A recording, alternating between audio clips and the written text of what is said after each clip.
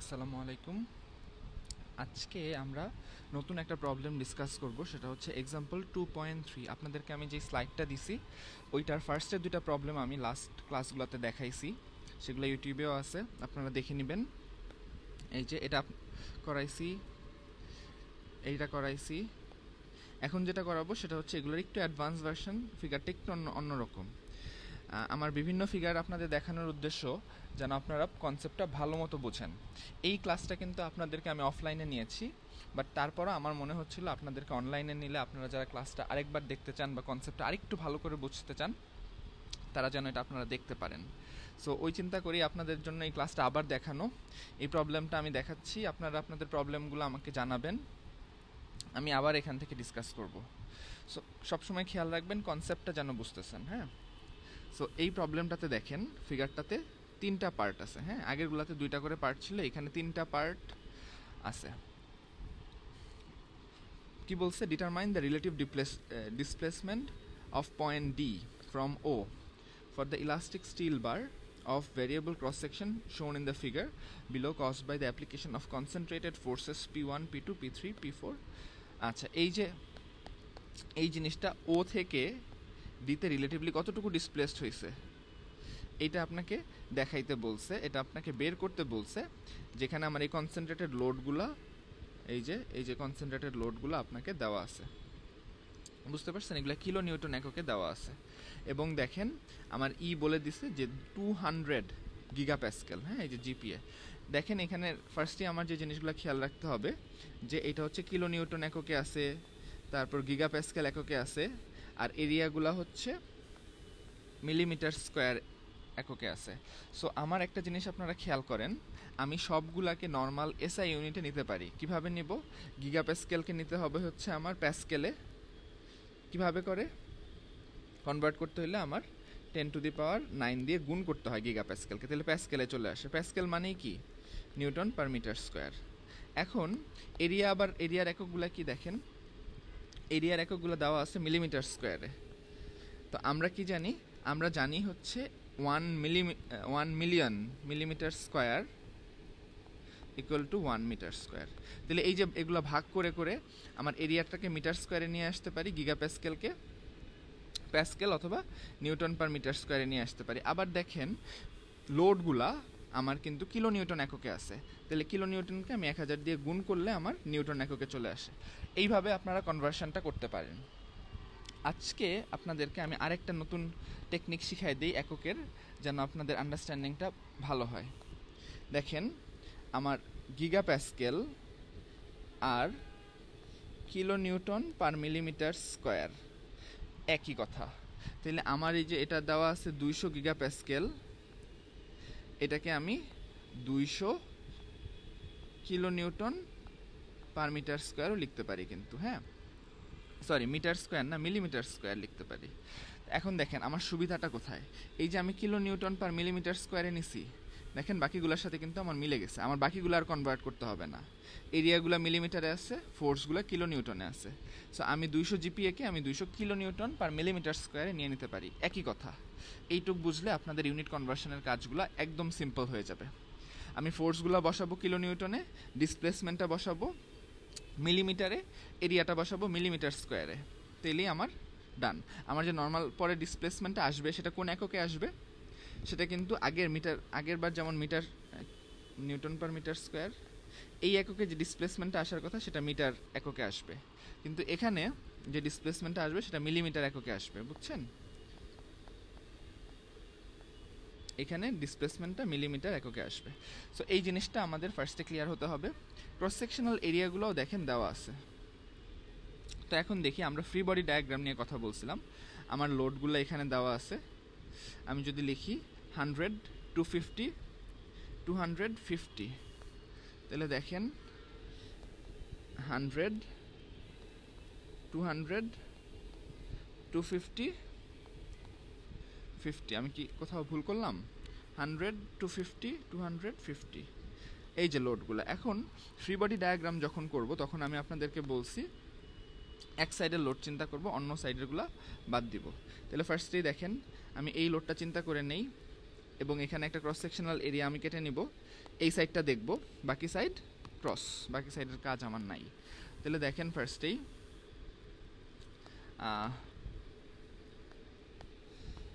এইটুক শেষ। এখন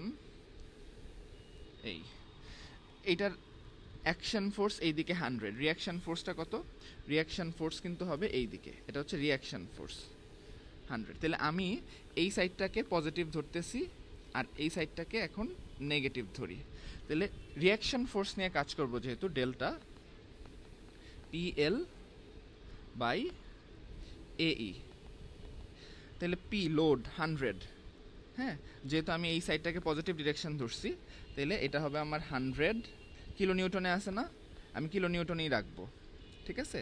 তাহলে 100 কিলো নিউটন ইন্টু লেন্থ আছে হচ্ছে দেখেন মিলিমিটারে, এই পুরো সেকশনটা 2000 মিলিমিটার, আমি মিলিমিটার এককেই রাখবো, 2000 মিলিমিটার। নিচে হচ্ছে এরিয়া হচ্ছে আমার ফার্স্টেরটা দেখেন 100, তাহলে এই যে আমি 100 মিলিমিটার স্কোয়ার ইন্টু ই হচ্ছে আমার দেখেন 200 গিগাপ্যাসকেল, 200 গিগাপ্যাসকেলকে আমি লিখতে পারি kilo newton per metre square, 200 kilo newton per metre square. তাহলে 200 kilo newton per millimetre square, millimetre square, metre square না। আচ্ছা দেখেন এখন এখানে কাটাকাটি যাবে কি দেখেন, এই যে কিলো নিউটন, কিলো নিউটন চলে যায়, মিলিমিটার স্কোয়ার, মিলিমিটার স্কোয়ার চলে যায়, তার মানে ডেল্টা কি থাকে শুধু একক মিলিমিটারে। এই গেল একটা সেকশন। আবার পরের সেকশনটা যদি দেখি,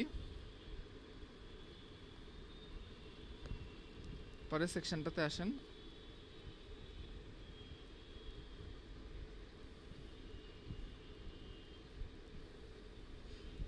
এই যে পরের সেকশনটা, এবার এটাকে কাটবো হচ্ছে আমি কোথায়, আমার ডিফারেন্ট প্রেশার পরে হচ্ছে এই জায়গায়, এই জায়গায়, এই জায়গায়, তাহলে আমার এটা ডান।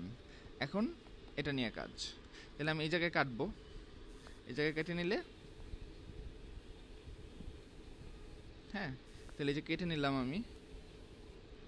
এখন দেখেন এই সাইডে আমার 200 আছে, এই সাইডে 100 আছে, তাহলে এই দিকে 100, এই দিকে 200 নাকি এটা 250, P2 ছিল 250, তাহলে এইটা হচ্ছে আমার 250 হবে, নট 100, হ্যাঁ, আর এইটা হবে 200, এটা হচ্ছে আমার 250 হবে।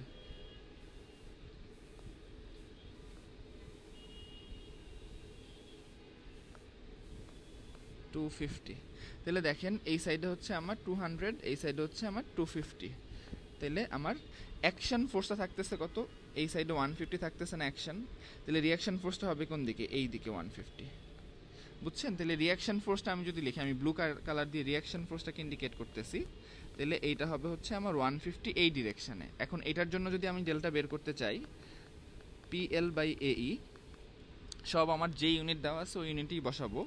তাহলে এটার জন্য লোড হচ্ছে আমার, যেহেতু সাইন এখন দেখেন এই সাইডে, সো মাইনাস সাইন হবে, হ্যাঁ, এই যে এই সাইড যেহেতু মাইনাস সাইন হবে, তাহলে মাইনাস 150 কিলো নিউটন ইন্টু এইটা দেখেন 1000 দেওয়া, 1000, এরিয়া হচ্ছে আপনার 2000 দেওয়া, এই যে 2000,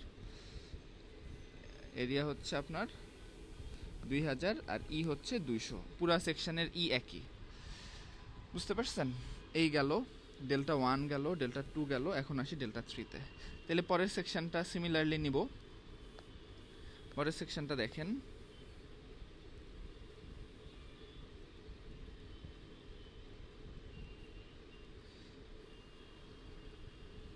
এই হচ্ছে আপনার পরের সেকশনটা।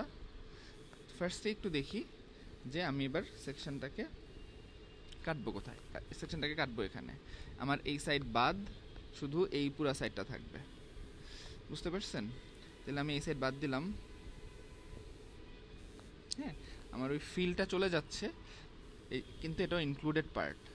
এখন দেখেন এই সাইডে 100, অ্যাকশন ফোর্সটাকে বের করি, এই সাইডে 250, আবার এই সাইডে 200, তাহলে থাকতেছে টোটাল কত দেখেন, 300 থেকে 250 গেলে এই সাইডে থাকতেছে 50, এই সাইডে থাকতেছে 50, তাহলে রিয়াকশন ফোর্সটা হবে আপনার এই সাইডে 50, বুঝতে পারছেন। তাহলে এইটা হচ্ছে আমার পজিটিভ সাইন। এখন ডেল্টাটা হবে কি, PL বাই AE, তাইলে এখন এই যে পিটা হবে positive, L as it is বসবে। এই তিনটা আপনি ডেল পেয়ে গেলেন, এই তিনটা ডেলের সামেশনটাই হবে ডেল্টা টোটাল। তাইলে আপনার ডেল্টা 1, ডেল্টা 2, ডেল্টা 3 ডান। বুঝতে পারছেন? এখন দেখেন আপনারা ফ্রি বডি ডায়াগ্রাম আমি লেফট সাইড থেকে শুরু করছি, রাইট সাইড থেকে শুরু করলেও কি হতো, একই হতো। দেখেন রাইট সাইড থেকে যদি শুরু করেন, রাইট সাইড থেকে যদি শুরু করেন, এই জায়গাটা দেখেন, এই সাইডে অ্যাকশন ফোর্স 50, তার মানে রিয়াকশন ফোর্সটা তখন এই দিকে হবে। তার মানে এই সাইড থেকে গেলে রিয়াকশন ফোর্সটা আপনি পাবেন এই দিকে, আর এই সাইড থেকে গেলে এই সাইড থেকে গেলে রিয়াকশন ফোর্সটা পাবেন এইদিকে। তাহলে দুইটা একটাকে ক্যান্সেল আউট করে দিচ্ছে। এইটাই ফ্রি বডি ডায়াগ্রামের বৈশিষ্ট্য। আপনি এই দিক দিয়ে গেলে আর এই দিক দিয়ে গেলে অ্যান্সারে কোনো ভ্যারিয়েশন আসবে না, একই কথা হবে। বুঝছেন? প্রত্যেকটা পয়েন্টে ডিফারেন্ট ডিরেকশন থেকে ফ্রি বডি নিলে একটাকে ক্যান্সেল আউট করে দেয়। এই জন্যই নিট ফোর্স থাকে না। বুঝছেন? মাঝখানে নিট ফোর্সগুলো দেখা যায় না, ক্যান্সেল আউট হয়ে যায়। যে দিক থেকে ফ্রি বডি নেবেন ওই সাইড থেকে যে ডিরেকশন ফোর্সটা আসবে রিয়াকশন ফোর্স, অপোজিট থেকে নিলে অন্য সাইডে রিয়াকশন ফোর্স আসবে। যাক, তাহলে এই হচ্ছে আপনাদের এই প্রবলেমটা। হ্যাঁ, লাস্ট এখন এইটা থেকে আমি আরেকটু 2-3টা ফিগার আপনাকে দেখাবো। আমরা as an engineer we always visualise the total thing. আমরা একটা পয়েন্টের ভ্যালুগুলার চেয়ে, দেখেন ভ্যালুর চেয়ে আপনার ফিগার বুঝতে আপনার সোজা হয়, ইজি হয়। বুঝছেন? তাহলে আমরা হচ্ছে এই জিনিসটাকে, এই পুরো কনসেপ্টটাকে আমরা একটু ভিজুয়ালাইজ করে বা দেখার চেষ্টা করি যে কি আসলে হচ্ছে। এই হচ্ছে আমার টোটাল ফিগার, এই হচ্ছে আমার টোটাল ফিগার। এখন আমি যেটা করব সেটা হচ্ছে আমি একটু দাগ দিয়ে নেই।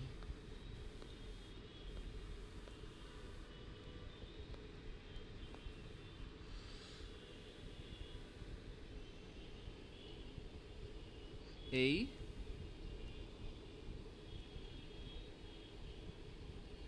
এই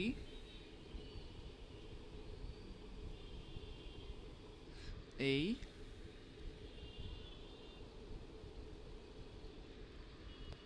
এই বুঝছেন? এখন দেখেন আমরা ফিগারটা যদি আঁকি, কি কি ফিগার আঁকা যায়? স্ট্রেস স্ট্রেইনের, ঠিক আছে? বিভিন্ন পয়েন্টে আমরা বিভিন্ন ফিগার আঁকবো।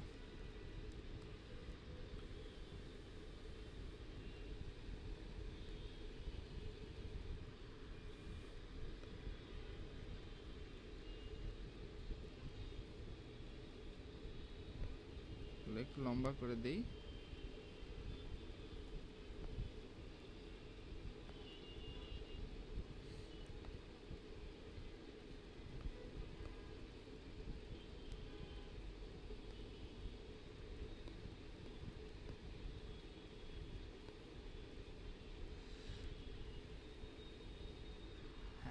এবার দেখেন কি হচ্ছে। তাহলে এইটা ধরে নিচ্ছি আমার এক্সেস। এখন এই ফিগারটা হচ্ছে আপনার, 3টা ফিগার বলছি। স্ট্রেস আপনি জানতে চাবেন অ্যাজ অ্যান ইঞ্জিনিয়ার যে এই ফিগারের কোথায় কেমন স্ট্রেস পড়তেছে, এই ফিগারের কোথায় কেমন স্ট্রেইন পড়তেছে, এবং এই ফিগারের কোথায় কেমন ডিফরমেশন হচ্ছে। বুঝতে পারছেন? তো ফার্স্টের ফিগারটা হচ্ছে আমার স্ট্রেস। স্ট্রেস হচ্ছে আপনার রিয়াকশন ফোর্স। আগে ফোর্সটা বের করি, স্ট্রেসটা একটু পরে করতেছি। হ্যাঁ, ফোর্সটা যদি বের করি, দেখেন এই সাইডে হচ্ছে ফোর্স।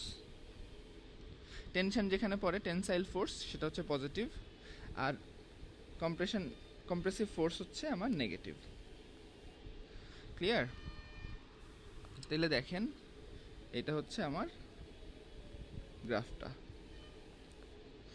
ফার্স্টে কি প্রথম সেকশনটাতে আমার টেনসাইল ফোর্স কত পড়ছিল? দেখেন এই যে 100, তাহলে পজিটিভ 100। আমি ধরে নিচ্ছি যে 20, 40, 60, 80, 100। আমি ধরে নিচ্ছি এইটা হচ্ছে আমার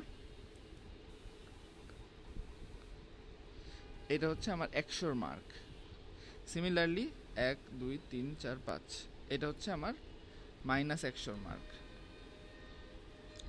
বুঝতে পারছেন? একটু আরেকটু নিচে নামায় নেই, তাইলে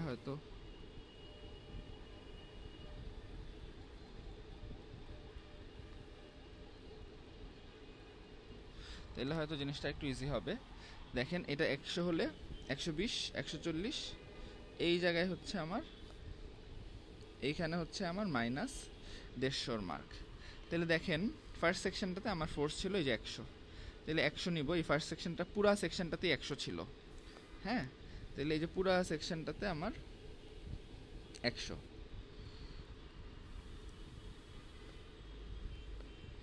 যদি এভাবে দেখাই, পুরা সেকশনটাতে আমার 100 ছিল। পরের পার্টটাতে দেখেন আমার পুরাটাতে -150 ছিল, এই যে দেখেন -150। তাহলে এটা হবে আমার -150 মার্কে। তাহলে গ্রাফ পেপারে দেখেন নিচে চলে আসলাম মাইনাস, যেহেতু তাহলে আমি -150-তে চলে আসলাম এই। এবং পরের সেকশনটাতে দেখেন পজিটিভ ডিরেকশনে 50, তাহলে 50 হবে কোথায়? এটার মাঝামাঝি, এই হচ্ছে আমার মার্ক। তাহলে এই এই এই এই এবং এই, শেষ। এটা হচ্ছে আপনার ডায়াগ্রামের কথা গেল। এই বুঝতে পারছেন?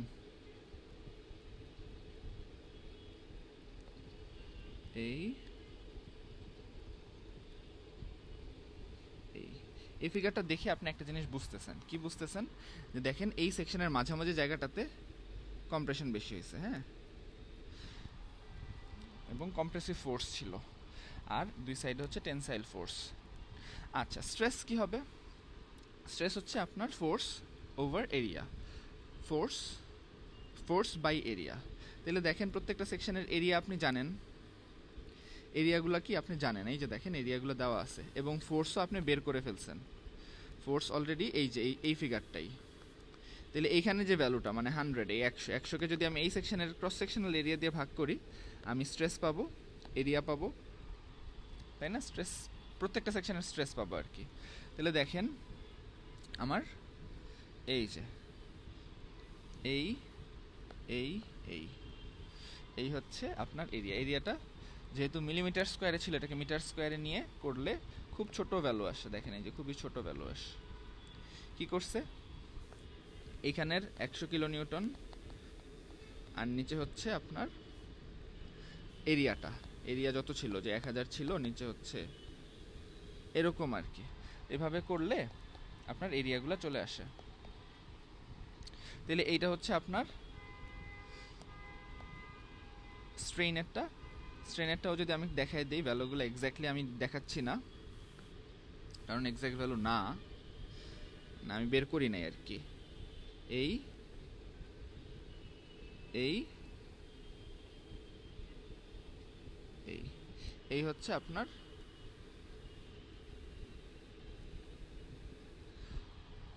স্ট্রেইনেরটা। ডিফরমেশনেরটা দেখেন আমি এই যে Δ1, Δ2, Δ3 এগুলো আমি ইন্ডিভিজুয়ালি বের করি নাই, ঠিক আছে? বের করলে আমি এখানে আপনাদের যেই প্রসেসে দেখাইছি মিলিমিটার এককে আসবে, হ্যাঁ, মিলিমিটার এককে আসবে।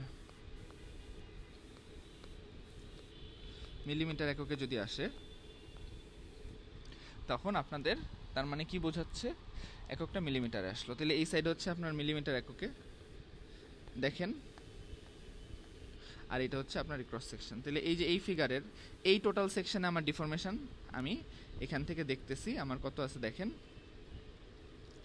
এই যে Δ1,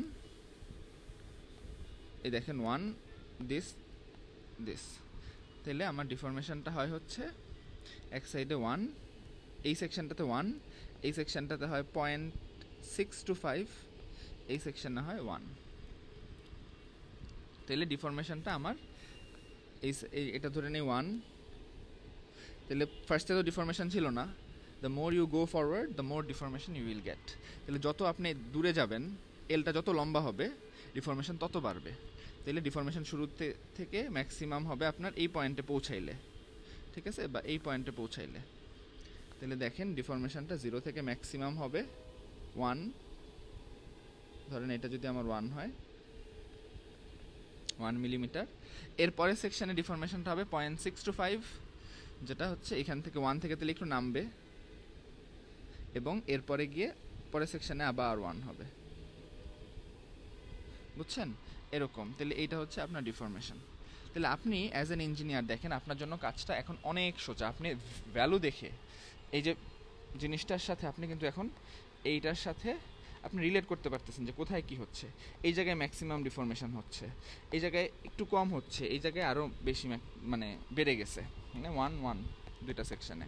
তাহলে আপনার জন্য কিন্তু এখন ডিসিশন নেওয়া as an engineer it becomes very easy for you, যে এখানে কোথায় কি হচ্ছে। এই জন্য আমরা ভ্যালুগুলার চেয়ে, আমি ভ্যালু দেখে কিন্তু বুঝতেছিলাম না যে বাড়ছে নাকি কমছে, এখন পুরো রিলেশনটা আপনার চোখের সামনে চলে আসছে। এই জন্য we try to visualise everything. এই জন্যই আপনার ইঞ্জিনিয়ারিংয়ে প্রচুর গ্রাফ আপনারা শিখবেন এবং কীভাবে এগুলো রিপ্রেজেন্ট করতে হয় সেটা শিখবেন। এই হচ্ছে আমাদের লাস্ট ক্লাসের কথাবার্তা ছিল। এইটা আপনার ম্যাথটা অলরেডি করে দেওয়া আছে, দেখেন সবগুলো একসাথে। এই যে দেখেন এখানে -150 ছিল, এই যে সাইন সহ আপনাকে বসাইতে হবে অবশ্যই। ওরা সব কিলো নিউটনগুলোকে নিউটনে, মিলিমিটার স্কোয়ারগুলোকে মিটার স্কোয়ারে, এবং গিগা প্যাসকেলকে শুধু প্যাসকেলে এনে নিছে। কিন্তু আমরা কিন্তু অন্য একটা মেথড অন্যভাবে দেখাইলাম, একই হয়। এটা শুরুতেই আমি ডিসকাস করছি আপনাদেরকে। আপনারা চাইলে এটা দেখাইতে পারেন, আবার আমারটার মতো দেখাইতে পারেন, একই কথা। এখানে এই জিনিসগুলো এক্সট্রা, এগুলো না হইলেও আপনার মানে যেটা আমি দেখাইছি সেভাবেও করে ফেলতে পারতেন। সো এই হচ্ছে আপনাদের সলিউশন।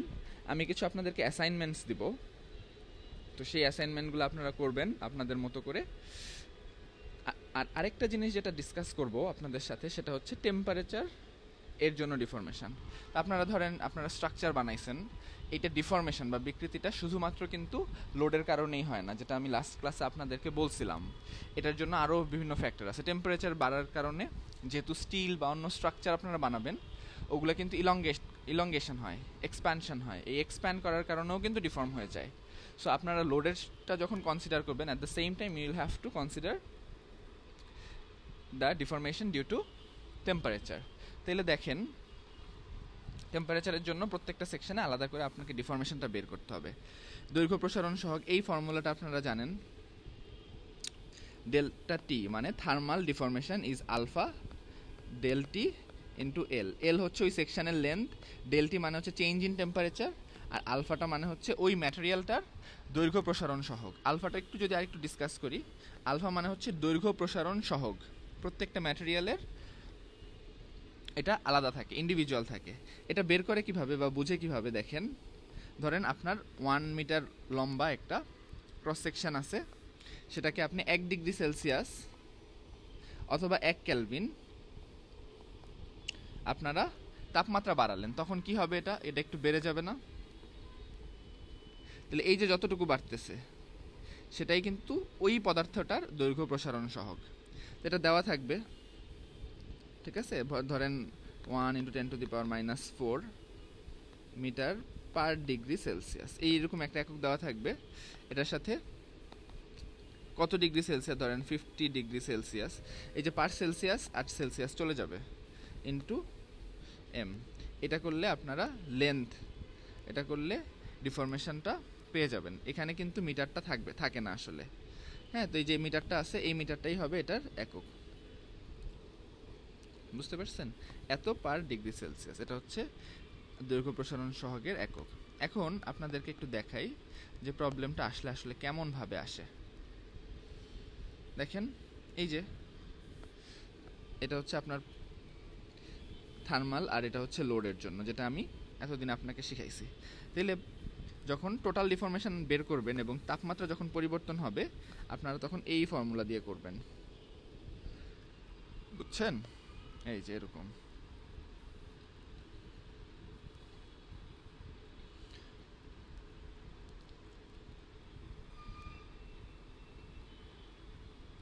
এখন এই প্রবলেমগুলো আমি আপনাদেরকে নেক্সট ক্লাসে দেখাবো। এই ছিল মোটামুটি আজকের ক্লাস। আর তেমন কিছু আপনাদের সাথে এখানে আপাতত বলার নাই। এই ভিডিওটা দেখে আপনারা আপনাদের প্রবলেমগুলো আমার সাথে শেয়ার করবেন, এবং আপনি আপনার ফ্রেন্ডরাও যেন ভিডিওটা দেখে, কারণ এটা যত দেখবেন কনসেপ্টটা ক্লিয়ার হবে, কোয়েশ্চেন আসলে পারবেন তত। সো ওইভাবে আপনারা শেয়ার করেন। এই ছিল এই ক্লাসে। নেক্সট ক্লাসে আবার দেখা হবে ইনশাআল্লাহ। আল্লাহ হাফেজ।